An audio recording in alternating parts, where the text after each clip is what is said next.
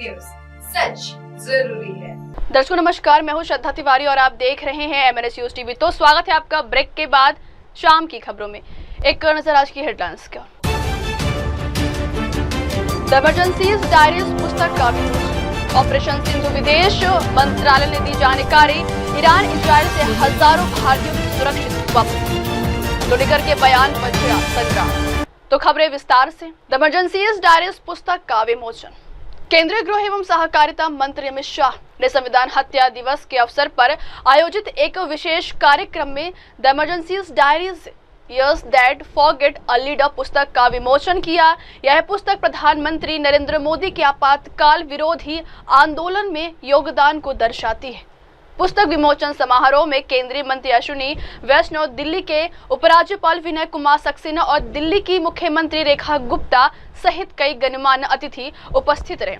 अपने संबोधन में अमित शाह ने कहा है कि यह पुस्तक आपातकाल के 19 महीनों के दौरान एक युवा संघ प्रचारक के रूप में नरेंद्र मोदी जी के अनुभवों और संघर्षों को दर्ज करती है। मेरे मित्र और केंद्रीय संस्कृति मंत्री श्रीमान गजेंद्र सिंह शेखावत जी, दिल्ली के उपराज्यपाल विनय कुमार सक्सेना जी, दिल्ली की मुख्यमंत्री बहन रेखा गुप्ता जी, जिन्होंने आपातकाल के खिलाफ के संघर्ष को बहुत नजदीक से देखा है और आपातकाल के खिलाफ लड़ाई जिस नारे के साथ लड़ी गई, अंधेरे में एक प्रकाश, जय प्रकाश, जय प्रकाश, वो जय प्रकाश जी के दूर जी के लिए हमारे संस्कृति सचिव विवेक अग्रवाल जी और आज इस सभागार में उपस्थित दिल्ली के कोने कोने से आए हुए जनप्रतिनिधि और दिल्ली के नागरिक भाइयों बहनों, आप सभी को मेरा नमस्कार। मित्रों, आज हम आजादी के बाद के भारत के इतिहास के एक काले अध्याय को याद करने के लिए एकत्रित आए हैं।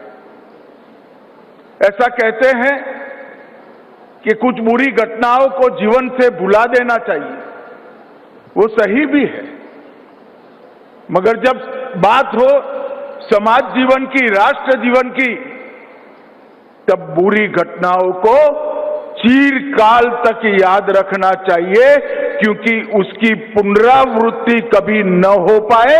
इसलिए देश का युवा और किशोर संस्कारित भी हो, संगठित भी हो और संघर्षरत भी हो। और इसीलिए हमारे प्रधानमंत्री नरेंद्र मोदी जी ने 25 तारीख का ये दिन संविधान हत्या दिन के रूप में मनाने का सरकारी निर्णय किया है। गृह मंत्रालय ने ही ये घोषणा की।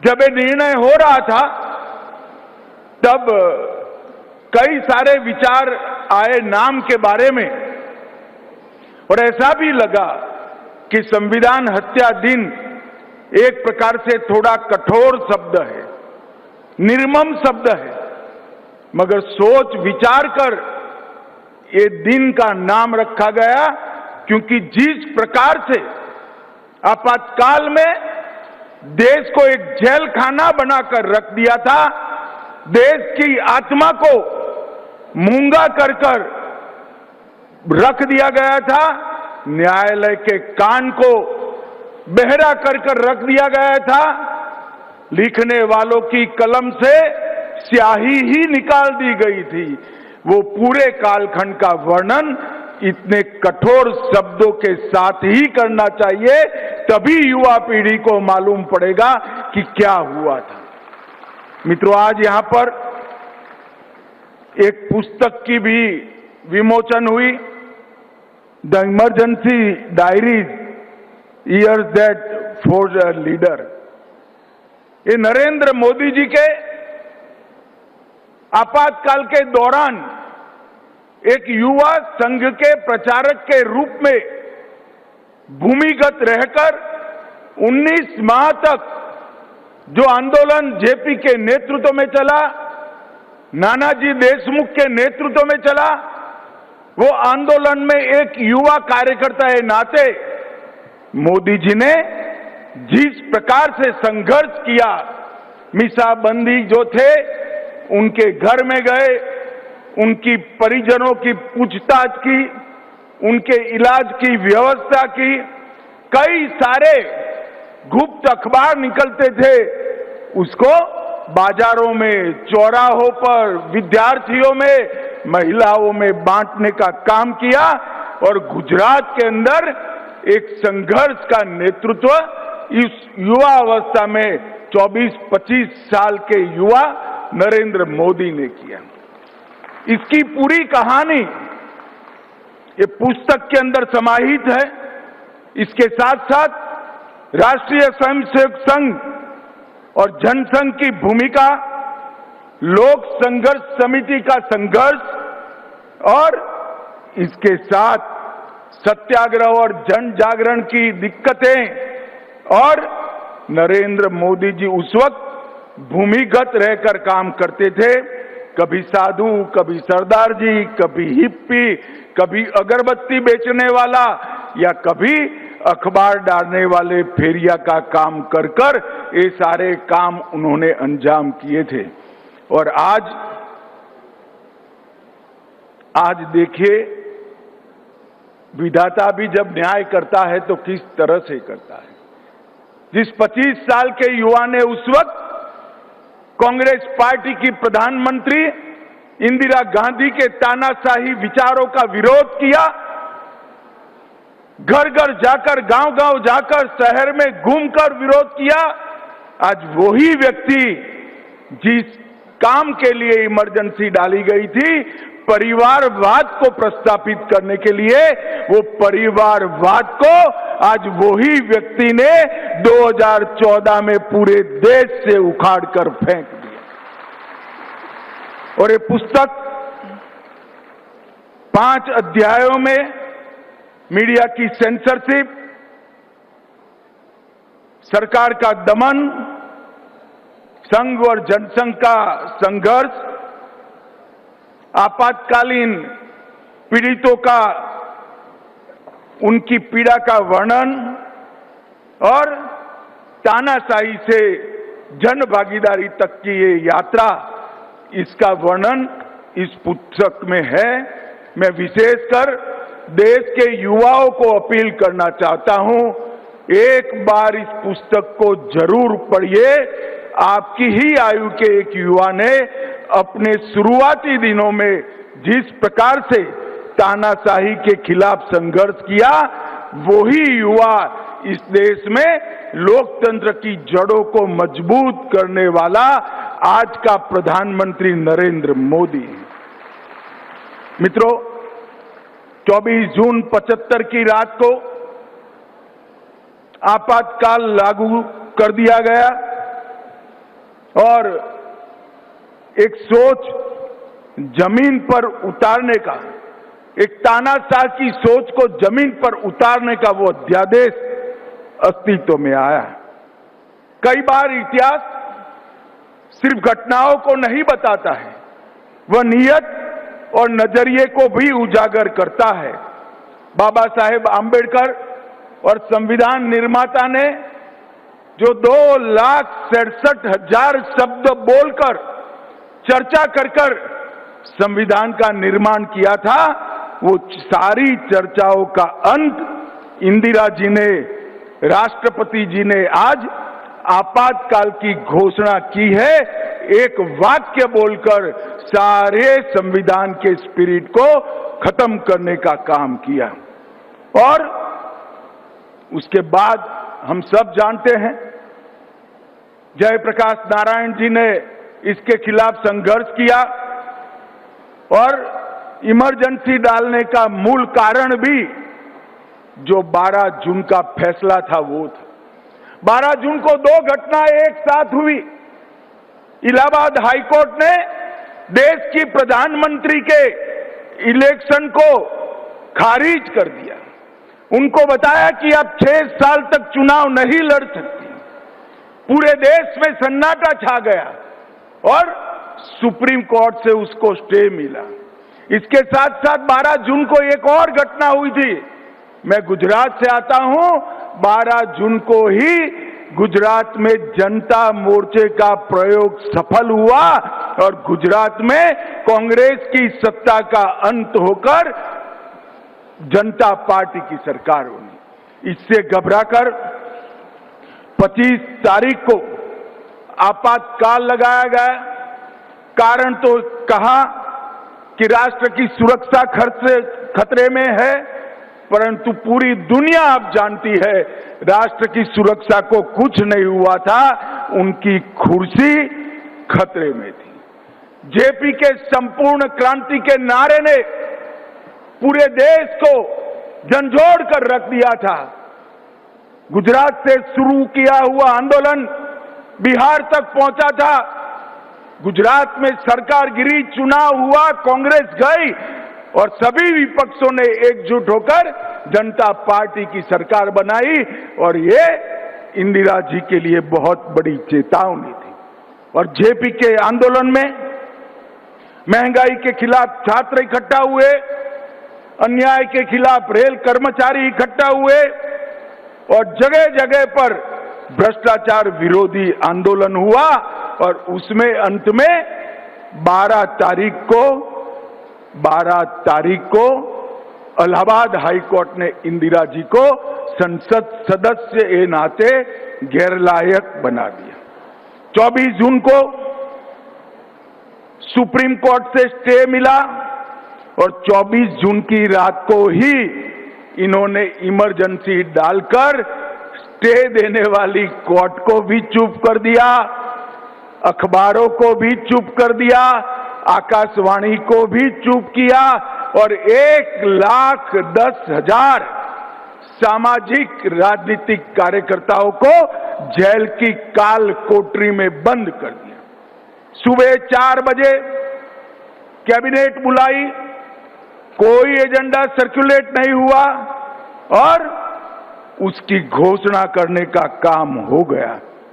शाह कमीशन ने पूरी जांच के बाद कहा डिटेंशन, स्टेरिलाइजेशन, नसबंदी और डिमोलिशन, ये तीनों ने पूरे देश के अंदर जिस प्रकार से भय और आतंक का वातावरण किया, इसका कहीं विश्व में कोई जोड़ नहीं मिल सकता है।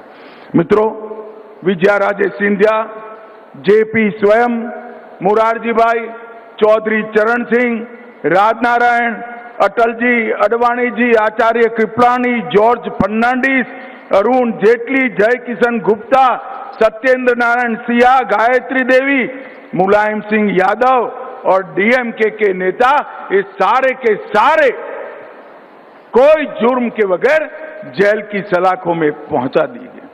अखबारों के दफ्तर बंद हो गए, 253 पत्रकार गिरफ्तार हो गए, 29 विदेशी पत्रकारों को देश के बाहर भेज दिया और कई सारे अखबारों ने संपादकीय को खाली रखकर इसके सामने प्रोटेस्ट किया, जिसमें इंडियन एक्सप्रेस प्रमुख, जनसत्ता प्रमुख था, उनकी बिजली काट दी गई और संसदीय कार्यवाही पर भी सेंसर लगा दिया गया। न्यायालय को भी एक प्रकार से नियंत्रित कर दिया गया। देश भर में लोकतांत्रिक अधिकार खत्म हुए। संविधान के अंदर 38वां संशोधन, 39वां संशोधन, 42वां संशोधन, अनुच्छेद 223A, 223B, इसके साथ साथ अनुच्छेद 123, 213, 352(5), 19 और अनुच्छेद 356 का उपयोग कर लोकसभा का आयुष्य भी बढ़ाया गया। न्यायपालिका में खिलाफ फैसले देने वाले जजों को सुप्रीम कोर्ट के मुख्य न्यायाधीश बनने से रोका गया।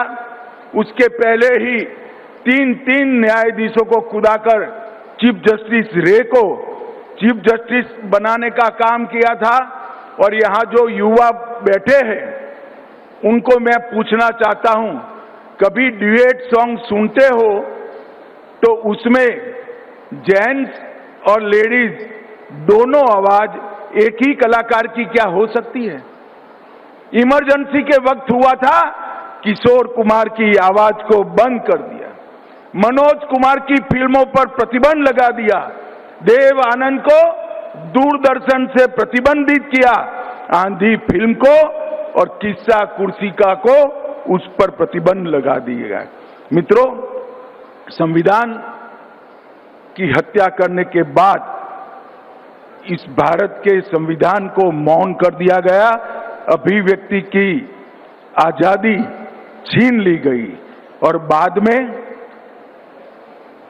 एक दिन विपक्ष को झांसा देने के चक्कर में इमरजेंसी उठाई, देश में चुनाव आया, सारी विपक्षी पार्टियां जयप्रकाश जी के दिव्य नेतृत्व में एकत्रित हुई और देश की जनता ने तानाशाही की मानसिकता वाली श्रीमती गांधी को ऐसा दंड दिया कि वो स्वयं रायबरेली से चुनाव हार गई और देश में पहली बार गैर कांग्रेसी सरकार पूर्ण बहुमत के साथ बनी।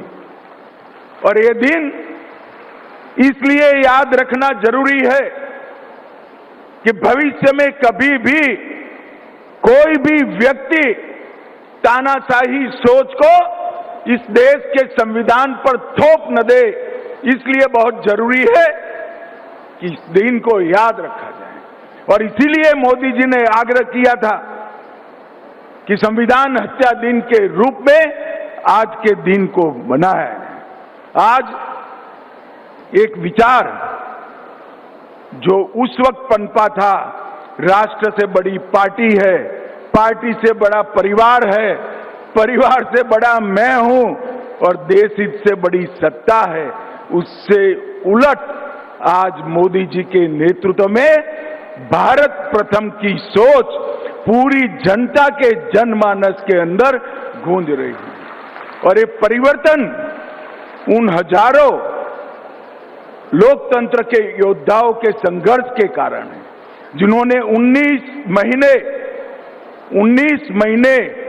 जेल में काटे और जो नारा बनाया गया था इंदिरा इज इंडिया, वो नारे को उलट कर इंदिरा अगेंस्ट इंडिया का नारा गगन में गूंजने लगा और परिवर्तन हुआ।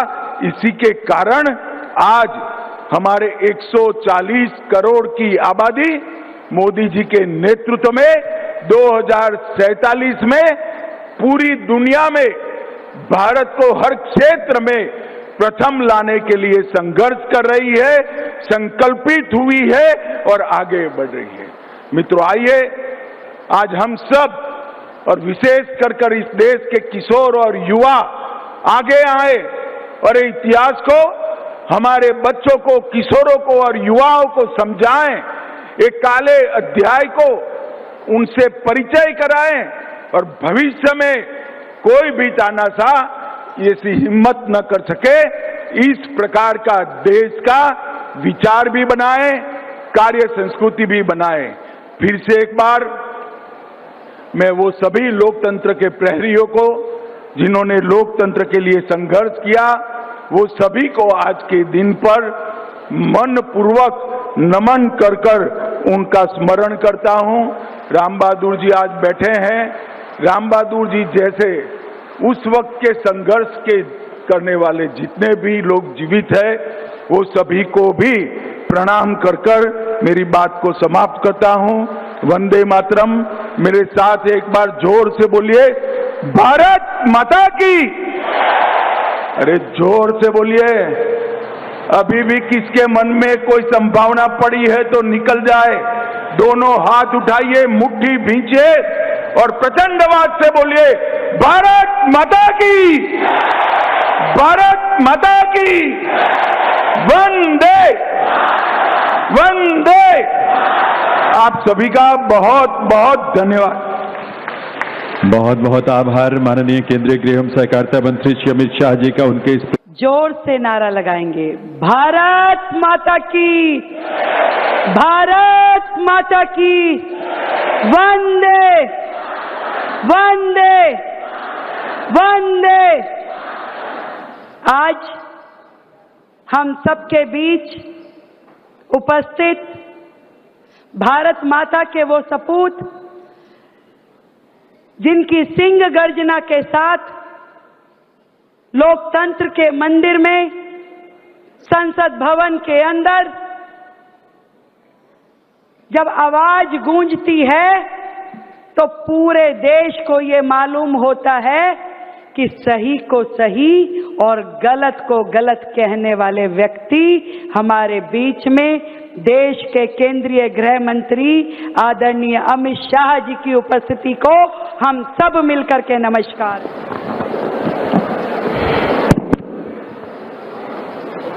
आज के इस ऐतिहासिक कार्यक्रम में मेरे साथ मंच पर उपस्थित श्रीमान अश्विनी वैष्णव जी, जिनके निमंत्रण पर मैं यहाँ आया हूँ, मेरे मित्र और केंद्रीय संस्कृति मंत्री श्रीमान गजेंद्र सिंह शेखावत जी, दिल्ली के उपराज्यपाल विनय कुमार सक्सेना जी, दिल्ली की मुख्यमंत्री बहन रेखा गुप्ता जी, जिन्होंने आपातकाल के खिलाफ के संघर्ष को बहुत नजदीक से देखा है और आपातकाल के खिलाफ लड़ाई जिस नारे के साथ लड़ी गई, अंधेरे में एक प्रकाश, जय प्रकाश, जय प्रकाश, वो जयप्रकाश जी के अनन्य साथी प्रोफेसर राम बहादुर राय जी, जोर से जरा ताली बजाइए राम बहादुर जी के लिए। हमारे संस्कृति सचिव विवेक अग्रवाल जी और आज इस सभागार में उपस्थित दिल्ली के कोने कोने से आए हुए जनप्रतिनिधि और दिल्ली के नागरिक भाइयों बहनों, आप सभी को मेरा नमस्कार। मित्रों, आज हम आजादी के बाद के भारत के इतिहास के एक काले अध्याय को याद करने के लिए एकत्रित आए हैं। ऐसा कहते हैं कि कुछ बुरी घटनाओं को जीवन से भुला देना चाहिए, वो सही भी है, मगर जब बात हो समाज जीवन की, राष्ट्र जीवन की, तब बुरी घटनाओं को चिरकाल तक याद रखना चाहिए, क्योंकि उसकी पुनरावृत्ति कभी न हो पाए। इसलिए देश का युवा और किशोर संस्कारित भी हो, संगठित भी हो और संघर्षरत भी हो।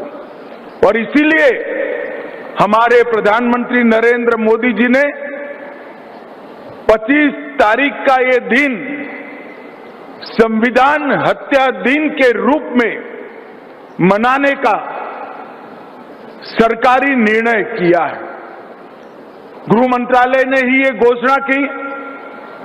जब ये निर्णय हो रहा था तब कई सारे विचार आए नाम के बारे में, और ऐसा भी लगा कि संविधान हत्या दिन एक प्रकार से थोड़ा कठोर शब्द है, निर्मम शब्द है, मगर सोच विचार कर ये दिन का नाम रखा गया, क्योंकि जिस प्रकार से आपातकाल में देश को एक जेल खाना बनाकर रख दिया था, देश की आत्मा को मूंगा कर रख दिया गया था, न्यायालय के कान को बहरा कर रख दिया गया था, लिखने वालों की कलम से स्याही ही निकाल दी गई थी।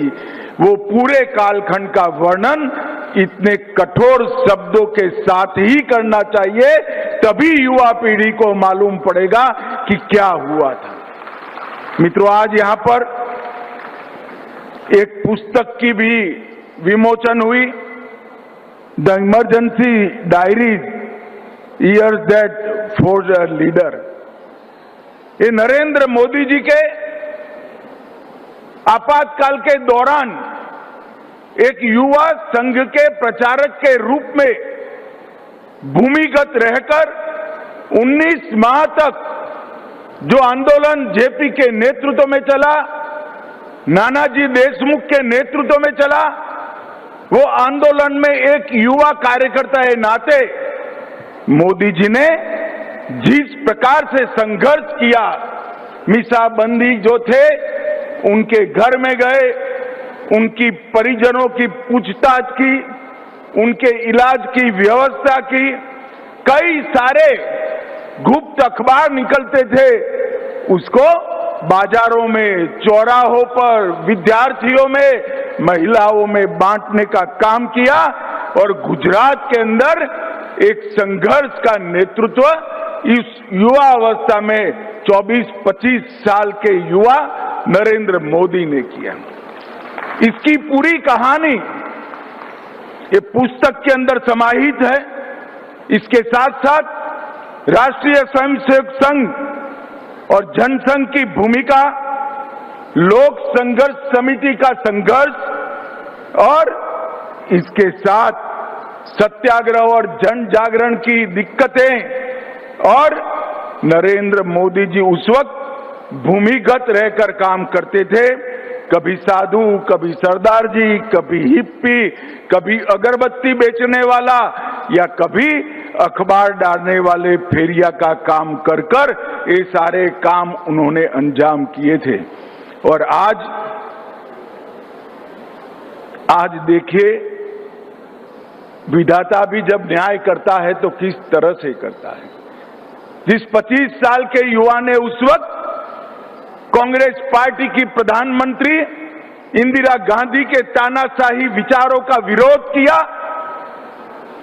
घर घर जाकर, गांव गांव जाकर, शहर में घूमकर विरोध किया, आज वही व्यक्ति जिस काम के लिए इमरजेंसी डाली गई थी, परिवारवाद को प्रस्तापित करने के लिए, वो परिवारवाद को आज वही व्यक्ति ने 2014 में पूरे देश से उखाड़ कर फेंक दिया। और ये पुस्तक 5 अध्यायों में मीडिया की सेंसरशिप, सरकार का दमन, संघ और जनसंघ का संघर्ष, आपातकालीन पीड़ितों का, उनकी पीड़ा का वर्णन और तानाशाही से जन भागीदारी तक की ये यात्रा, इसका वर्णन इस पुस्तक में है। मैं विशेषकर देश के युवाओं को अपील करना चाहता हूं, एक बार इस पुस्तक को जरूर पढ़िए। आपकी ही आयु के एक युवा ने अपने शुरुआती दिनों में जिस प्रकार से तानाशाही के खिलाफ संघर्ष किया, वही युवा इस देश में लोकतंत्र की जड़ों को मजबूत करने वाला आज का प्रधानमंत्री नरेंद्र मोदी है। मित्रों, 24 जून 75 की रात को आपातकाल लागू कर दिया गया और एक सोच जमीन पर उतारने का, एक तानाशाह की सोच को जमीन पर उतारने का वो अध्यादेश अस्तित्व में आया। कई बार इतिहास सिर्फ घटनाओं को नहीं बताता है, वह नियत और नजरिए को भी उजागर करता है। बाबा साहेब आंबेडकर और संविधान निर्माता ने जो 2,67,000 शब्द बोलकर, चर्चा कर संविधान का निर्माण किया था, वो सारी चर्चाओं का अंत इंदिरा जी ने, राष्ट्रपति जी ने आज आपातकाल की घोषणा की है। एक वाक्य बोलकर सारे संविधान के स्पिरिट को खत्म करने का काम किया। और उसके बाद हम सब जानते हैं, जयप्रकाश नारायण जी ने इसके खिलाफ संघर्ष किया और इमरजेंसी डालने का मूल कारण भी जो 12 जून का फैसला था वो था। 12 जून को 2 घटनाएं एक साथ हुई। इलाहाबाद हाईकोर्ट ने देश की प्रधानमंत्री के इलेक्शन को खारिज कर दिया। उनको बताया कि अब 6 साल तक चुनाव नहीं लड़ सकती। पूरे देश में सन्नाटा छा गया और सुप्रीम कोर्ट से उसको स्टे मिला। इसके साथ साथ 12 जून को एक और घटना हुई थी। मैं गुजरात से आता हूं। 12 जून को ही गुजरात में जनता मोर्चे का प्रयोग सफल हुआ और गुजरात में कांग्रेस की सत्ता का अंत होकर जनता पार्टी की सरकार बनी। इससे घबराकर 25 तारीख को आपातकाल लगाया गया। कारण तो कहा कि राष्ट्र की सुरक्षा खतरे में है, परंतु पूरी दुनिया अब जानती है राष्ट्र की सुरक्षा को कुछ नहीं हुआ था, उनकी कुर्सी खतरे में थी। जेपी के संपूर्ण क्रांति के नारे ने पूरे देश को झंझोड़ कर रख दिया था। गुजरात से शुरू किया हुआ आंदोलन बिहार तक पहुंचा था। गुजरात में सरकार गिरी, चुनाव हुआ, कांग्रेस गई और सभी विपक्षों ने एकजुट होकर जनता पार्टी की सरकार बनाई और ये इंदिरा जी के लिए बहुत बड़ी चेतावनी थी। और जेपी के आंदोलन में महंगाई के खिलाफ छात्र इकट्ठा हुए, अन्याय के खिलाफ रेल कर्मचारी इकट्ठा हुए और जगह जगह पर भ्रष्टाचार विरोधी आंदोलन हुआ और उसमें अंत में 12 तारीख को इलाहाबाद हाईकोर्ट ने इंदिरा जी को संसद सदस्य के नाते गैरलायक बना दिया। 24 जून को सुप्रीम कोर्ट से स्टे मिला और 24 जून की रात को ही इन्होंने इमरजेंसी डालकर स्टे देने वाली कोर्ट को भी चुप कर दिया, अखबारों को भी चुप कर दिया, आकाशवाणी को भी चुप किया और 1,10,000 सामाजिक राजनीतिक कार्यकर्ताओं को जेल की काल कोठरी में बंद कर दिया। सुबह 4 बजे कैबिनेट बुलाई, कोई एजेंडा सर्कुलेट नहीं हुआ और उसकी घोषणा करने का काम हो गया। शाह कमीशन ने पूरी जांच के बाद कहा डिटेंशन, स्टेरिलाइजेशन, नसबंदी और डिमोलिशन, ये तीनों ने पूरे देश के अंदर जिस प्रकार से भय और आतंक का वातावरण किया, इसका कहीं विश्व में कोई जोड़ नहीं मिल सकता है। मित्रों, विजया राजे सिंधिया, जेपी स्वयं, मुरारजी भाई, चौधरी चरण सिंह, राजनारायण, अटल जी, अडवाणी जी, आचार्य कृपलानी, जॉर्ज फर्नांडिस, अरुण जेटली, जय किशन गुप्ता, सत्येंद्र नारायण सिंह, गायत्री देवी, मुलायम सिंह यादव और डीएमके के नेता, ये सारे के सारे कोई जुर्म के बगैर जेल की सलाखों में पहुंचा दिए गए। अखबारों के दफ्तर बंद हो गए, 253 पत्रकार गिरफ्तार हो गए, 29 विदेशी पत्रकारों को देश के बाहर भेज दिया और कई सारे अखबारों ने संपादकीय को खाली रखकर इसके सामने प्रोटेस्ट किया, जिसमें इंडियन एक्सप्रेस प्रमुख, जनसत्ता प्रमुख था, उनकी बिजली काट दी गई और संसदीय कार्यवाही पर भी सेंसर लगा दिया गया। न्यायालय को भी एक प्रकार से नियंत्रित कर दिया गया। देश भर में लोकतांत्रिक अधिकार खत्म हुए। संविधान के अंदर 38वां संशोधन, 39वां संशोधन, 42वां संशोधन, अनुच्छेद 223A, 223B, इसके साथ साथ अनुच्छेद 123, 213, 352(5), 19 और अनुच्छेद 356 का उपयोग कर लोकसभा का आयुष्य भी बढ़ाया गया। न्यायपालिका में खिलाफ फैसले देने वाले जजों को सुप्रीम कोर्ट के मुख्य न्यायाधीश बनने से रोका गया। उसके पहले ही तीन न्यायाधीशों को कुदाकर चीफ जस्टिस रे को चीफ जस्टिस बनाने का काम किया था। और यहाँ जो युवा बैठे हैं उनको मैं पूछना चाहता हूँ, कभी ड्यूएट सॉन्ग सुनते हो तो उसमें जेंट्स और लेडीज दोनों आवाज एक ही कलाकार की क्या हो सकती है? इमरजेंसी के वक्त हुआ था, किशोर कुमार की आवाज को बंद कर दिया, मनोज कुमार की फिल्मों पर प्रतिबंध लगा दिया, देव आनंद को दूरदर्शन से प्रतिबंधित किया, आंधी फिल्म को और किस्सा कुर्सिका को उस पर प्रतिबंध लगा दिया। मित्रों, संविधान की हत्या करने के बाद इस भारत के संविधान को मौन कर दिया गया, अभिव्यक्ति की आजादी छीन ली गई और बाद में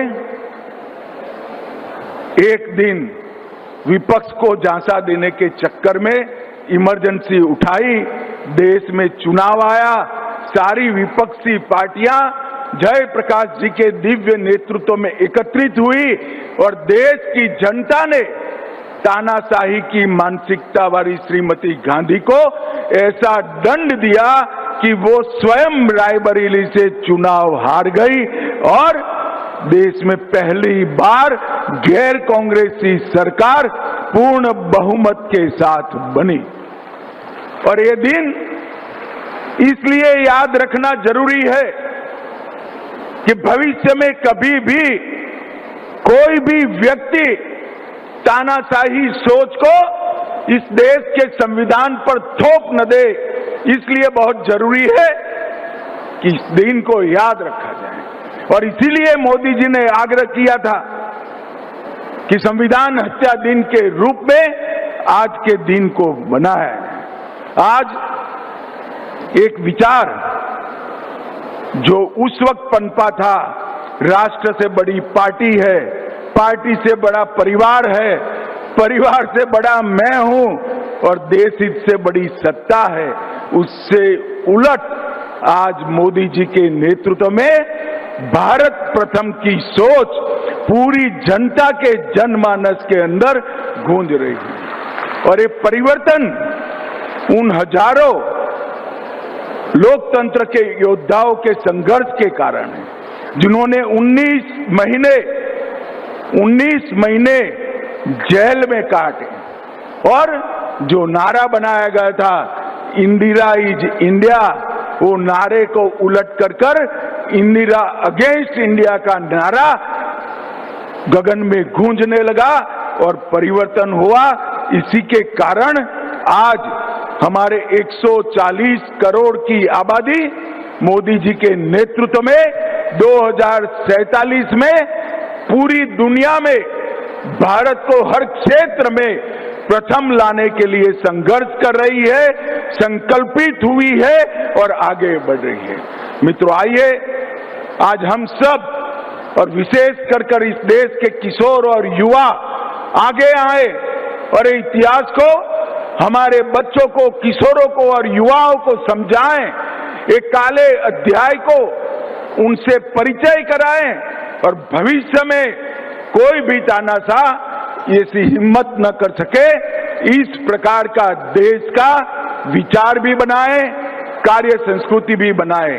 फिर से एक बार मैं वो सभी लोकतंत्र के प्रहरियों को जिन्होंने लोकतंत्र के लिए संघर्ष किया, वो सभी को आज के दिन पर मन पूर्वक नमन कर उनका स्मरण करता हूं। राम बहादुर जी आज बैठे हैं। राम बहादुर जी जैसे उस वक्त के संघर्ष के करने वाले जितने भी लोग जीवित हैं, वो सभी को भी प्रणाम कर मेरी बात को समाप्त करता हूं। वंदे मातरम। मेरे साथ एक बार जोर से बोलिए, भारत माता की। अरे जोर से बोलिए। अभी भी किसके मन में कोई संभावना पड़ी है तो निकल जाए। दोनों हाथ उठाइए, मुट्ठी भींचिए और प्रचंड आवाज से बोलिए, भारत माता की, भारत माता की। वंदे वंदे आप सभी का बहुत बहुत धन्यवाद।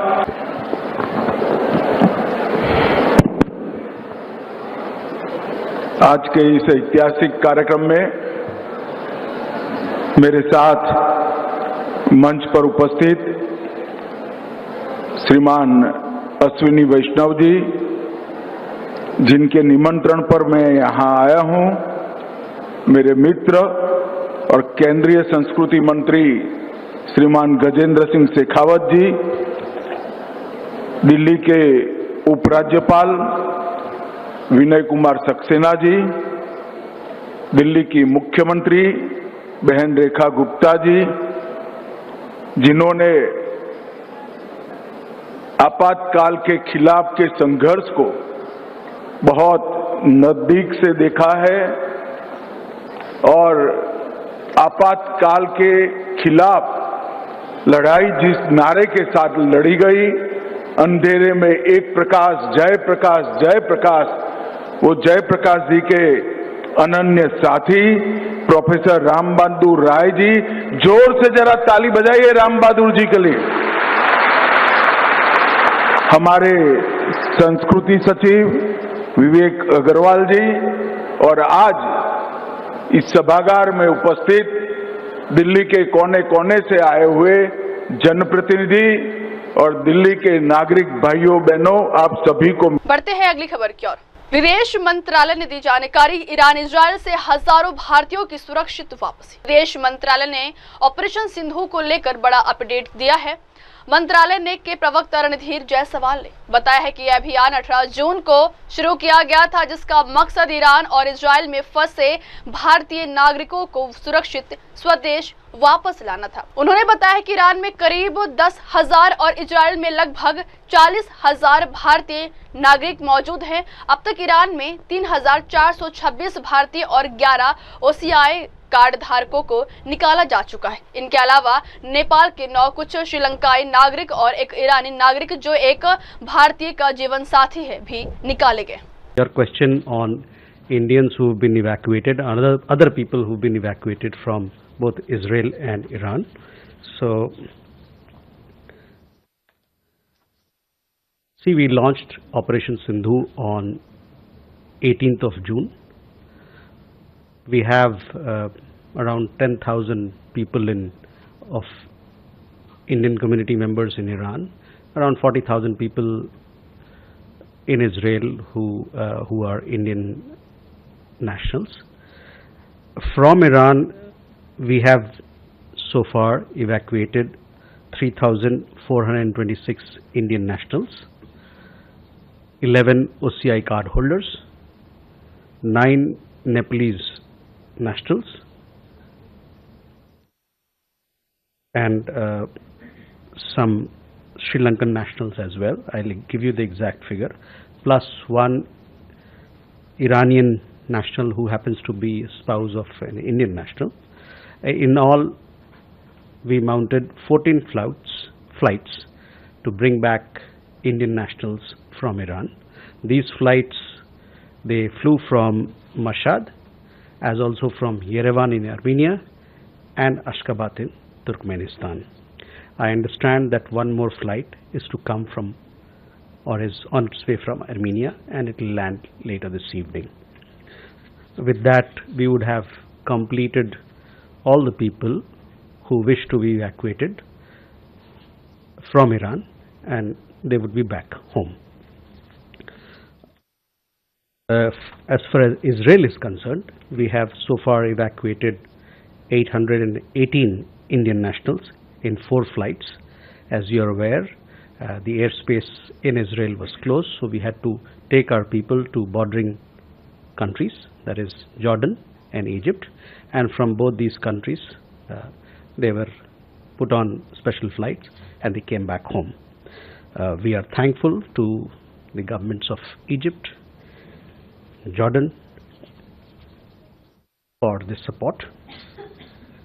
Our embassies in Israel, in Jordan, in Egypt collaborated very closely with the ministry headquarters here in mounting this operation. And once again, we would like to thank the governments of Israel, Jordan, and Egypt for this support in Operation Sindhu.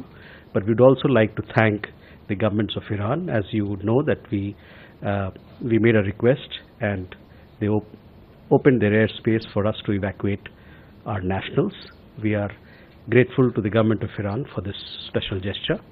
We are also thankful to the government of Turkmenistan and Armenia for helping us evacuate our people. As far as on a question regarding SCO, we had Raksha Mantri, our defense minister, participating in the defense ministers meeting of SCO. This meeting happened over 2 days, that is yesterday and today. The defense ministers meeting has concluded. I understand that they could not adopt a joint statement. I also understand that certain member countries could not reach consensus on certain issues, and hence the document could not be finalized. On our side, India wanted concerns on terrorism reflected in the document, which was not acceptable to one particular country, and therefore the statement was not adopted. But we had participation of our Raksha Mantri. We issued a press release. The press release is very instructive in how we look at the threat of terrorism. Raksha Mantri, in his articulation and in his address, called upon the SCO member countries to come together, unite to fight terrorism in all its forms and manifestations. We had a press release which was issued a little earlier today, so I would refer you to look at that. He also reiterated the need to uphold the perpetrators, organizers, financiers, sponsors of reprehensible acts of terrorism, including cross-border terrorism. They to be held accountable and bring them to justice. He also urged all SCO members. He said that we must, in lockstep in our endeavor, we must all be in lockstep in our endeavor in strengthening stability and security in our neighborhood. So I would urge you to look at the statement of our Raksha Mantri. That would give you a sense of our approach to SCO on security. बढ़ते हैं अगली खबर की ओर। लोनीकर के बयान पर छिड़ा संग्राम। महाराष्ट्र में विवादित बयानबाजियां खत्म होने का नाम ही नहीं ले रही हैं। पिछले दिनों कभी भाषा को लेकर तो कभी धर्म को लेकर तो कभी त्योहार को लेकर बयानबाजियां सामने आई हैं। जालना जिले के परतूर में एक सौर ऊर्जा परियोजना के उद्घाटन के दौरान विधायक बबन राव लोनीकर ने अपने भाषण में पीएम मोदी और मुख्यमंत्री देवेंद्र फडणवीस पर उठाए जा रहे सवालों पर अपना क्रोध जाहिर किया है। लोनीकर ने कहा है कि कुछ खाली दिमाग वाले युवा मुझे सीएम देवेंद्र फडणवीस और प्रधानमंत्री नरेंद्र मोदी को अंधभक्त कहते हैं। मैं उनसे पूछना चाहता हूं कि मुझे गाली देने वाले युवाओं की मां की सैलरी और पिता की पेंशन का भुगतान भी सरकार कर रही है। उन्होंने आगे कहा है कि जो लोग सोशल मीडिया पर मेरे खिलाफ लिख रहे हैं और बोल रहे हैं, उनके पिता को नरेंद्र मोदी ने बुवाई के लिए 6,000 रुपए दिए। आपके तन पर जो कपड़े हैं, पैरों में जो चप्पल जूते हैं, वह सब सरकार की ही देन है। आता ते कुचर वाट्यावर असलेले ते 5-6 काटे 10 काटे असतात, त्याच्या माईचा पगार बबनराव लोणीकरनं केला, त्याच्या बापाचं पेन्शन बबनराव लोणीकरनं केलं। नरेंद्र मोदीजींनी 6,000 रुपये तुझ्या बापाला पेरणीला दिले। तुझ्या माईच्या, तुझ्या बहिणीच्या, तुझ्या बायकोच्या नावावर लाडक्या बहिणीचे पैसे आले। तुझ्या अंगावरचे कपडे आमच्या सरकारचे, तुझ्या पायातलं बूट चप्पल आमच्यामुळं आहे, तुझ्या हातातलं ते डबडं मोबाईलचं आमच्यामुळं आहे। अरे आमचंच घेतो ना, आमच्याच कागदावर करतो, आम्हालाच बोलतो, चुकीचं लिहितो। अरे म्हणून राजकारणातले लोक काय टीका करतात, मला त्याच्याशी काय घेणं देणं। बढ़ते हैं अगली खबर। मराठी सकते हिंदी ऑप्शनल, सीएम फडणवीस ने तोड़ी चुप्पी। महाराष्ट्र में हिंदी की अनिवार्यता को लेकर पिछले 15 दिनों से लगातार सवाल उठाए जा रहे हैं। वहीं पूरे मुद्दे पर उद्धव ठाकरे ने अपनी प्रतिक्रिया भी दे दी। वहीं देवेंद्र फडणवीस ने अपनी खास शैली में उद्धव को कहा कि मराठी भाषा में तंज करने के बजाय बेहतर अलंकारों का उपयोग करें। अगर वह उनका इस्तेमाल करेंगे तो ज्यादा अच्छा होगा। इसके अलावा मुझे कुछ माझं उद्धवजींना एवढंच सांगणं असेल की मराठी भाषेमध्ये टोमण्यापेक्षा चांगले अलंकार आहेत, त्या अलंकाराचा त्यांनी उपयोग केला तर अधिक चांगलं होईल। यापेक्षा जास्त मला काहीच सांगायचं नाही, कारण हिंदी सक्ती नाहीच, मराठी सक्ती आहे, हिंदी ऑप्शनल आहे। बढ़ते हैं अगली खबर की ओर। विक्रम सिंह मजीठिया की 7 दिन की पुलिस हिरासत। शिरोमणि अकाली दल के वरिष्ठ नेता विक्रम सिंह मजीठिया को 540 करोड़ के ड्रग्स और मनी लॉन्ड्रिंग केस में 7 दिन की पुलिस हिरासत में भेज दिया गया है। अदालत ने माना है कि मामले में आगे जांच की आवश्यकता है। पंजाब आप पार्टी के अध्यक्ष और वरिष्ठ मंत्री अमन अरोड़ा ने इस फैसले का स्वागत करते हुए कहा है कि अदालत ने भी माना है कि आगे की जांच जरूरी है। पंजाब सरकार और विजिलेंस विभाग ने पूरे तथ्यों के साथ मामला कोर्ट में रखा है। मैं समझता हूँ कि prima facie that means court ने भी ये कंसिडर किया है कि फर्दर इन्वेस्टिगेशन की जरूरत है, और मैं समझता हूँ कि पंजाब सरकार, भगवंत मान जी की सरकार और पंजाब विजिलेंस इस बात की बधाई की पात्र है कि एक पूरे तथ्यों के साथ, पूरे फैक्ट्स के साथ उन्होंने इसको कोर्ट में लेके गए और अब इंसाफ दिलाने का काम उन लोगों को जिनके बच्चों ने अपनी जान गंवा दी चिट्टे में, नशों में, उनको इंसाफ दिलाने का काम पंजाब सरकार ने शुरू कर दिया। तो लगता है इसके बाद और बड़ी फिश भी बच सकती है। चाहे कोई बड़ा छोटा अपना बेगाना है, कोई चाहे कोई भी हो, बड़ी हो छोटी हो, जिसने पंजाब में चिट्टे का कारोबार करने की कोशिश की है, लोगों की जान के साथ खिलवाड़ की है, वो बख्शा नहीं जाएगा। बढ़ते हैं अगली खबर की ओर। ग्रुप कैप्टन शुभांशु शुक्ला के परिवार ने स्कूल में देखा एक्सियोम 4 मिशन की ऐतिहासिक डॉकिंग। लखनऊ का नाम एक बार फिर अंतरिक्ष में चमका है। भारतीय वायुसेना के ग्रुप कैप्टन शुभांशु शुक्ला, जो एक्सियोम 4 मिशन का हिस्सा है, ने अंतर्राष्ट्रीय अंतरिक्ष स्टेशन पर सफलतापूर्वक डॉकिंग की। इस ऐतिहासिक क्षण को देखने के लिए शुभांशु शुक्ला का परिवार आज लखनऊ स्थित उनके स्कूल पहुंचा। लखनऊ के इस होनहार बेटे की उपलब्धि पर न केवल स्कूल प्रशासन बल्कि पूरे शहर को गर्व है। शुभांशु शुक्ला के माता पिता, शिक्षक और पूर्व सहपाठी इस ऐतिहासिक पल के साक्षी बने जब लाइव स्क्रीनिंग के जरिए एक्सियोम 4 मिशन की डॉकिंग देखी गई। अच्छा लग रहा है, बहुत अच्छा लग रहा है। आज ऐतिहासिक दिन है, इस दिन का आप लोगों ने लंबे समय से इंतजार किया, कैसे देख रहे हैं? अब हम लोग भी इंतजार ही कर रहे थे डॉकिंग, जब हम लोग डॉकिंग वाला प्रोग्राम देख ले, फिर कुछ बताएं कैसा लग रहा है, क्या बताएं पहले से। अभी तो उत्साह है कि देखें जाके उसको। मुख्यमंत्री जी भी आप लोगों से मुलाकात? हाँ, अभी है, शाम को है मुलाकात। शाम को मुलाकात करेंगे मुख्यमंत्री? कल का इंतजार कर रहे थे आप लोग? बिल्कुल, आप भी देखिए, आप भी इंजॉय करिए। आपके लिए भी बहुत बड़ा मूवमेंट होगा, आई एम श्योर। ये केवल मेरे लिए नहीं, पूरे भारतवासियों के लिए बहुत बहुत प्राउड मूवमेंट है एंड ये बहुत क्रूशियल स्टेज है। बस मैं यही प्रे करती हूँ कि ये भी स्टेज बहुत सेफली उनकी पास आउट हो जाए and then they are safe. Of course मुख्यमंत्री भी बधाई देंगे आप लोग? जी जी जी जी मुख्यमंत्री की भी आज मुलाकात? जी बिल्कुल बिल्कुल बिल्कुल। Thank you so much. हम केवल थैंक यू ही बोल सकते हैं इस समय, और कुछ नहीं। हमारा सारा टेंशन जो है वो इनके ऊपर है कि ये सेफली वहाँ पे पहुंचे और मिशन को सक्सेसफुली पूरा करके सेफली वापस भी आए अर्थ पे। सारा टेंशन है तो वहीं पे, but thank you all of you as well. आप भी अपना काम कर रहे हैं एंड सभी जो बधाइयाँ और वेल विशेस दे रहे हैं उनके सबको thank you so much. Thank you. आज बड़ा दिन है, आज आप लोग इसका इंतजार कर रहे थे, आज लाइव देखेंगे, वो कैसे देखते हैं इस पल को? इस पल को बहुत गौरव महसूस करेंगे हम, उसकी जो है सक्सेस के लिए हम जो है हमेशा प्रार्थना करते हैं, और ये हमारे लिए गौरव का दिन है। उसके बच्चे की सक्सेस जो है हमारे लिए गौरव का दिन। आज मुख्यमंत्री जी भी आप लोगों से मुलाकात करना जी, तो उनसे भी मुलाकात होगी शाम को 6 बजे जो है उनका टाइम है मिलने का, हम तो उनसे मुलाकात करेंगे हम।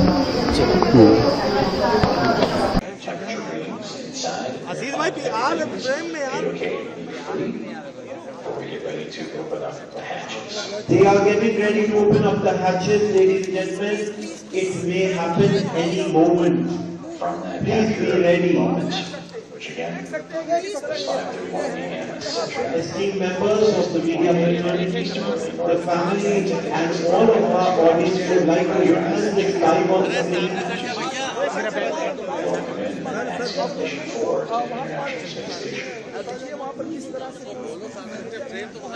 We are ready, almost there, almost any minute.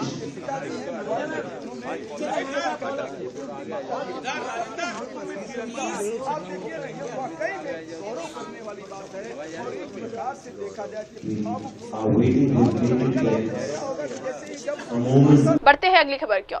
Congress में वर्ल्ड वॉर तेज, मणिकम टैगोर ने थरूर पर साधा तंज। कांग्रेस के भीतर नेता शशि थरूर को लेकर विवाद गरमाया हुआ है। पार्टी अध्यक्ष मल्लिकार्जुन खड़गे के बाद अब मणिकम टैगोर ने भी थरूर पर बिना नाम लिए तंज कसा है। थरूर पर यह हमले ऐसे समय में तेज हुए हैं जब उन्होंने प्रधानमंत्री नरेंद्र मोदी की तारीफ की थी। इससे पहले भी मल्लिकार्जुन खड़गे ने थरूर की मोदी फर्स्ट वाली टिप्पणी पर सवाल उठाए थे। मणिकम टैगोर ने कहा है कि उड़ने के लिए किसी से इजाजत मत मांगो, जो साफ तौर पर थरूर के बयान पर एक तंज माना जा रहा है। यह अंदरूनी मतभेद कांग्रेस के लिए एक चुनौती बने हुए हैं। बढ़ते हैं अगली खबर की ओर। अखिलेश ने पूछा कहां से लड़ोगे चुनाव, तेज प्रताप ने बताया अपना प्लान।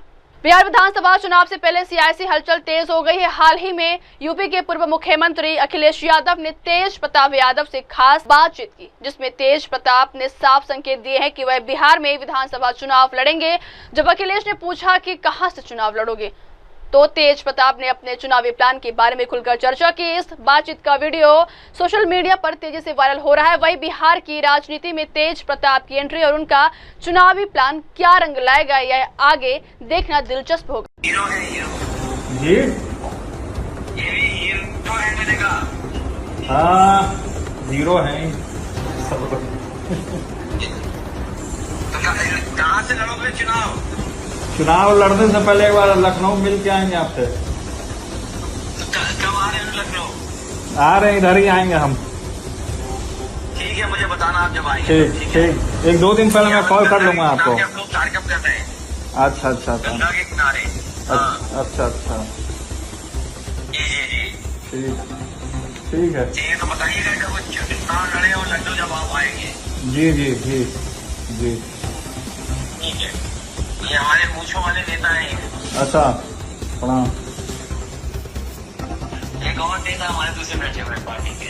अच्छा प्रणाम। ये पार्टी के जिलाध्यक्ष हैं। अच्छा प्रणाम। जी ठीक है, ठीक है, मैं बताऊंगा आपको। ठीक। बढ़ते हैं अगली खबर की ओर। कुर्सी की मजबूरी, चुप्पी बहुत जरूरी, कांग्रेस कांड पर लालू और अखिलेश की खामोशी क्यों? आपातकाल की 50वीं बरसी पर देश भर में चर्चा और आलोचनाएं हो रही हैं, लेकिन इस राजनीतिक घड़ी में दो बड़े नेता लालू प्रसाद यादव और अखिलेश यादव और उनकी पार्टियां न तो एक शब्द बोले और न ही कांग्रेस के हालिया कांड की आलोचना की। ऐसा माना जा रहा है कि राजनीतिक समझौते और अपनी अपनी पार्टी की सत्ता बचाने की मजबूरी के कारण ये नेता इस मुद्दे पर चुप्पी साधे हुए, जबकि विपक्ष में अन्य पार्टियां मुखर हैं। लालू और अखिलेश की यह खामोशी चर्चा का विषय बनी हुई। हालांकि एक है घोषित और एक होती अघोषित। अगर हम इमरजेंसी को याद कर रहे हैं तो हमें अभी इस समय जो इमरजेंसी चल रही है उसको भी ध्यान में रखना चाहिए। आज की परिस्थितियां ऐसी कि अगर पत्रकार सच लिखना चाहें तो उन पर पाबंदी है। जाति के नाम पर, धर्म के नाम पर भेदभाव है, भ्रष्टाचार चरम सीमा पर है। हमें आपको सबको याद होगा जयप्रकाश जी ने आह्वान किया था कि भ्रष्टाचार और महंगाई चरम सीमा पर है। उसी समय संपूर्ण क्रांति का आंदोलन चला, उसके बाद हमें आपको इमरजेंसी देखने को मिली। आज बताइए चरम सीमा पर महंगाई है कि नहीं है? चरम सीमा पर भ्रष्टाचार है कि नहीं है? चरम सीमा पर अन्याय पहुंच गया है। तो आज उस समय घोषित इमरजेंसी है और भारतीय जनता पार्टी इस अघोषित इमरजेंसी की कब खुशी मनाएगी?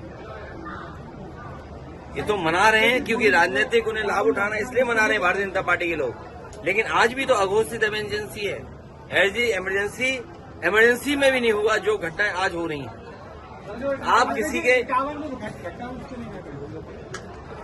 जो घटना इटावा में हुई है, ये वर्चस्ववादी लोग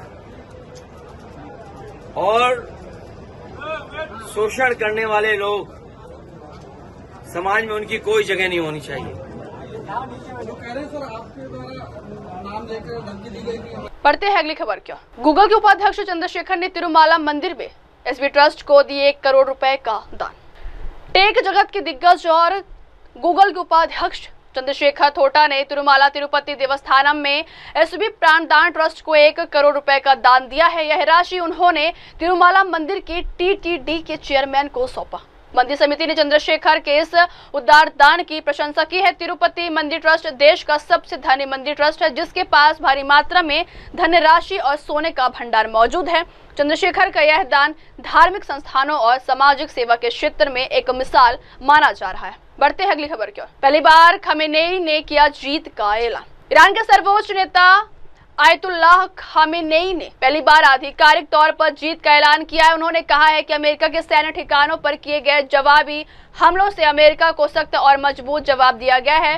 खामेनेई ने विशेष रूप से कहा है कि 12 दिन की इस जंग में इजराइल को भारी नुकसान पहुंचाया गया है और ईरान ने इजराइल पर विजय हासिल की है। यह बयान मध्य पूर्व में बढ़ते तनाव के बीच आया है, जो क्षेत्रीय और वैश्विक सुरक्षा के लिए गंभीर चिंता का विषय है। बढ़ते अगली खबर की ओर। वर्धा में बाढ़ से मचा हाहाकार, शमशान घाट में फंसे 3 लोगों को एनडीआरएफ ने बचाया। महाराष्ट्र में मानसून ने दस्तक दे दी और इसके साथ ही कई इलाकों में तबाही मचनी शुरू हो गई। वर्धा जिले के देवली तालुका के डिगदोह गांव में भारी बारिश के चलते बाढ़ जैसे हालात बन गए हैं। बाढ़ का पानी इस कदर बढ़ा कि शमशान घाट में 3 लोग फंस गए। हालात बिगड़ते देख मौके पर पहुंची एनडीआरएफ की टीम ने समय रहते सभी को सुरक्षित बाहर निकाल लिया। स्थानीय प्रशासन अलर्ट पर है और लोगों से सुरक्षित स्थानों पर रहने की अपील की जा रही है। मौसम विभाग ने अगले 48 घंटों तक भारी बारिश की चेतावनी जारी की। बढ़ते हैं अगली खबर की ओर। महाकुंभ के बाद अब पुरी में भी अदानी की एंट्री। महाकुंभ 2025 में सेवा देने के बाद अब अदानी ग्रुप ने देश की एक और भव्य धार्मिक परंपरा में योगदान देने का निर्णय लिया है। इस बार अदानी ग्रुप पुरी में आयोजित होने वाली ऐतिहासिक रथ यात्रा में भाग लेगा। रिपोर्ट्स के मुताबिक अदानी ग्रुप इस रथ यात्रा में आने वाले हजारों श्रद्धालुओं के लिए मुफ्त भोजन की व्यवस्था करेगा। इसके तहत यात्रियों को भंडारे के माध्यम से शुद्ध और गर्म भोजन उपलब्ध कराया जाएगा। इससे पहले अदानी ग्रुप ने प्रयागराज में महाकुंभ 2025 के लिए भी बड़े पैमाने पर भक्ति और सेवा कार्यों का बीड़ा उठाया था। बढ़ते अगली खबर की ओर। केजरीवाल नहीं सिसोदिया जाएंगे राज्यसभा, आप नेताओं ने खोल दिया बड़ा राज। दिल्ली की सियासत में एक नई चर्चा जोरों पर है। राज्यसभा सीट को लेकर आम आदमी पार्टी के अंदर खिचड़ी पक रही है और अब नाम सामने आ रहा है मनीष सिसोदिया का।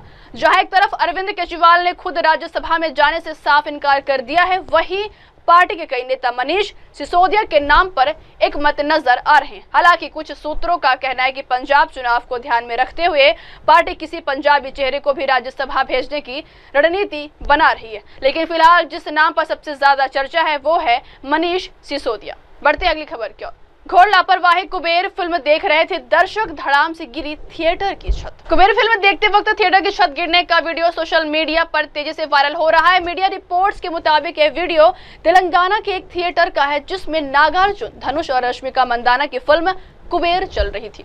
हादसा जब हुआ तब थिएटर में काफी लोग मौजूद थे। हादसे में कई लोगों के घायल होने की खबर सामने आई है। घटना के बाद थिएटर मालिकों के साथ दर्शकों की बहस भी हुई। दर्शक इस घटना को थिएटर प्रबंधन की घोर लापरवाही का नतीजा बता रहे हैं। मीडिया रिपोर्ट्स में दावा किया गया है कि इस घटना के बाद थिएटर में मौजूद दर्शकों और सिनेमा मालिक के बीच तीखी बहस देखने को मिली।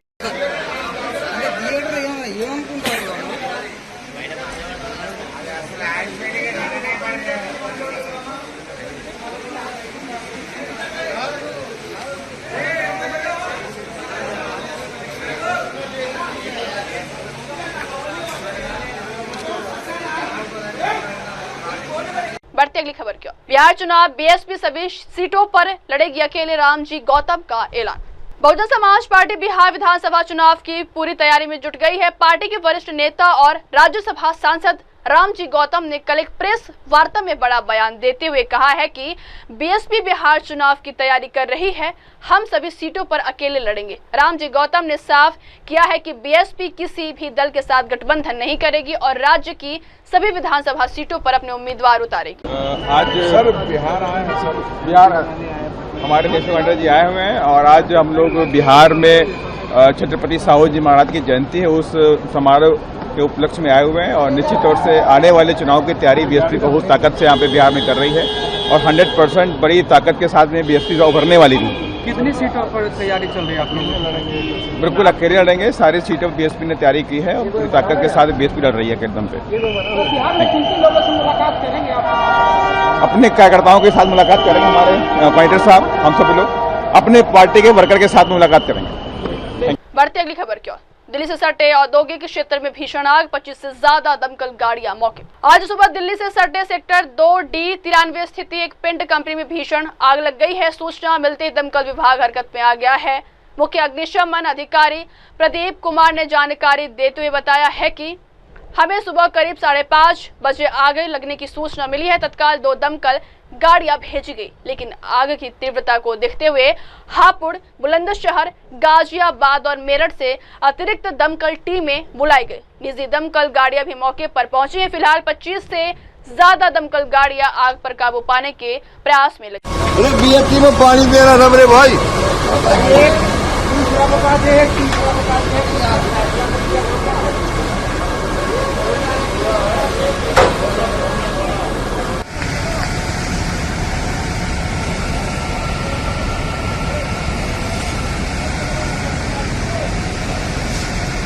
देखिए 5:30 के लगभग सेक्टर 2D93 शाम नामक पेंट की एक कंपनी थी, उसमें आग लगने की सूचना मिली है। त्वरित कार्रवाई करते हुए मात्र 500 मीटर पर ही फायर स्टेशन ने 2 गाड़ियां भेजी। यहाँ आके देखा गया कि आग जो है काफी लपटें बढ़ी है। त्वरित कार्रवाई करते हुए और गाड़ियां यहाँ बुलाई हैं। हम लोगों ने अन्य फायर स्टेशनों से जनपद बुलंदशहर, हापुड़, गाजियाबाद, मेरठ यहाँ से भी डिस्ट्रिक्ट बुलाई है, प्राइवेट कंपनी से भी बुलाई है। आप बगल में देख सकते हैं CFO गाजियाबाद भी हमारे मदद के लिए आए हैं। लगभग अभी मात्र जो है अभी 25 गाड़ियां हैं और गाड़ियां आ रही हैं रास्ते में, पर आग पे काबू पा लिया है। अच्छी बात यह है कि कंपनी के चारों तरफ कंपनी जो अदर कंपनीज थी उनको बचा लिया गया है, बाकी किसी भी कंपनी में आग नहीं फैला। बढ़ती अगली खबर क्यों। अमित शाह ने अहमदाबाद के श्री जगन्नाथ मंदिर में किए दर्शन, मंगला आरती में हुए शामिल। केंद्रीय गृह मंत्री अमित शाह ने आज सुबह अहमदाबाद स्थित श्री जगन्नाथ जी मंदिर में पूजा अर्चना की। इस दौरान उन्होंने मंगला आरती में भाग लिया और भगवान जगन्नाथ के दर्शन किए। हर साल की तरह इस बार भी रथ यात्रा से पहले की तैयारियों के बीच अमित शाह का मंदिर आना श्रद्धालुओं के लिए खास रहा है। मंदिर प्रांगण में मौजूद श्रद्धालुओं ने भी उनके साथ आरती में भाग लिया। बताया जा रहा है कि अमित शाह का यह दौरा धार्मिक आस्था के साथ रथ यात्रा की पारंपरिक शुरुआत का भी संकेत है। बढ़ती अगली खबर की ओर। नोएडा सेक्टर 2 की एक निजी फॉर्म में भीषण आग। आपको बता दें कि नोएडा सेक्टर 2 की एक निजी फॉर्म में आज सुबह आग लग गई। घटनास्थल से जो ताजा विजुअल सामने आए हैं उनमें साफ देखा जा सकता है कि फैक्ट्री से धुएं का घना गुबार उठ रहा है। दमकल विभाग की कई गाड़ियां मौके पर पहुंच चुकी हैं और आग बुझाने का काम तेजी से जारी है। फिलहाल आग पर काबू पाने की कोशिश की जा रही है। राहत की बात यह है कि आग आसपास की इमारतों तक नहीं फैली है। प्रशासन और फायर डिपार्टमेंट पूरी सतर्कता के साथ स्थिति को नियंत्रित करने में जुटा है।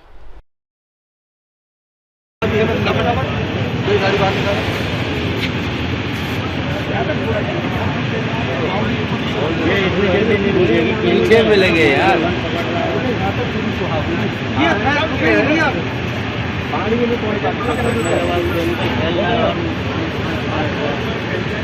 में पानी नहीं हो रहा है, जाए नहीं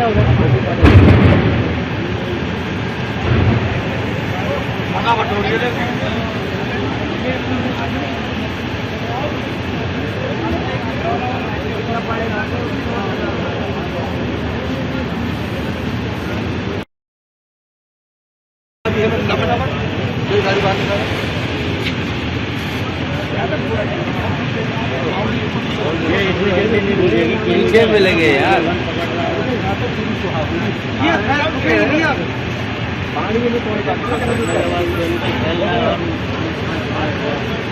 पानी में पानी नहीं हो रहा है, जाए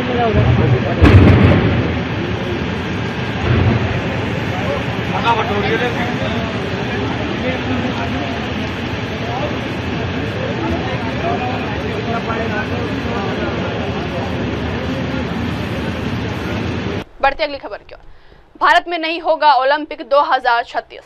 अंतर्राष्ट्रीय ओलंपिक समिति ने 2036 के लिए मेजबान चयन प्रक्रिया पर रोक लगाने की घोषणा की है, जिसका सीधा मतलब हुआ कि भारत को उम्मीद थी कि ऐसे बहुप्रतिष्ठित खेल को होस्ट करेगा, लेकिन अभी हमें इसकी आधिकारिक घोषणा के लिए इंतजार करना होगा। गौरतलब है कि पिछले साल 2024 में भारत ने साल 2036 में ओलंपिक खेलों की मेजबानी के लिए आशय पत्र दिया था। अब खेल सचिव हरिरंजन राव के नेतृत्व में एक प्रतिनिधिमंडल अगले महीने इस बारे में बातचीत के लिए लुसाने जाने की योजना बना रहा है।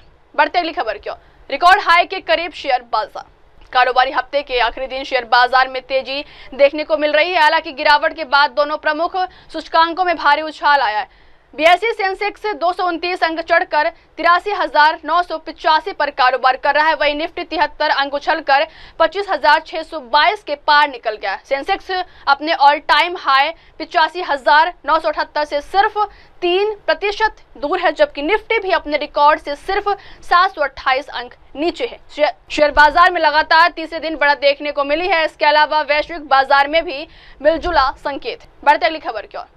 खाना लेने के लिए कतार में खड़े थे लोग, इजराइल ने कर दिया हमला। ईरान इजराइल के बीच सीजफायर हो चुका है। इस बीच अब इजराइल ने गाजा को निशाना बनाना शुरू कर दिया है। यही कारण है कि अब वहां दहशत का माहौल देखने को मिल रहा है। इजराइल लगातार गाजा पर हमले कर रहा है। बीते दिन भी इजराइल ने मध्य गाजा पर हमला किया। इसमें 18 लोगों की मौत हो गई है। प्रत्यक्षदर्शियों ने बताया है कि जिस समय यह हमला किया गया है उस समय लोगों की भीड़ फलस्तीनी पुलिस से आटे की बोरी ले रही थी, जिसे राहत सामग्री लूटने वाले गिरोहों से जब्त किया गया था। गाजा में करीब 2.5 महीने तक सभी खाद्य सहायता को अवरुद्ध करने के बाद इजराइल ने मई के मध्य से थोड़ी मात्रा में आपूर्ति की अनुमति दी है। अब वक्त हो चलो दर्शकों ब्रेक के बाद की खबरें मेरे सहयोगी शिवा के साथ। तब तक के लिए देखते रहेगा देश और दुनिया की तमाम बड़ी खबरें। धन्यवाद। हाय हेलो नमस्कार, मैं हूं पंकज विष्णु और आप देख रहे हैं MNS न्यूज। आप देख रहे हैं MNS न्यूज, सच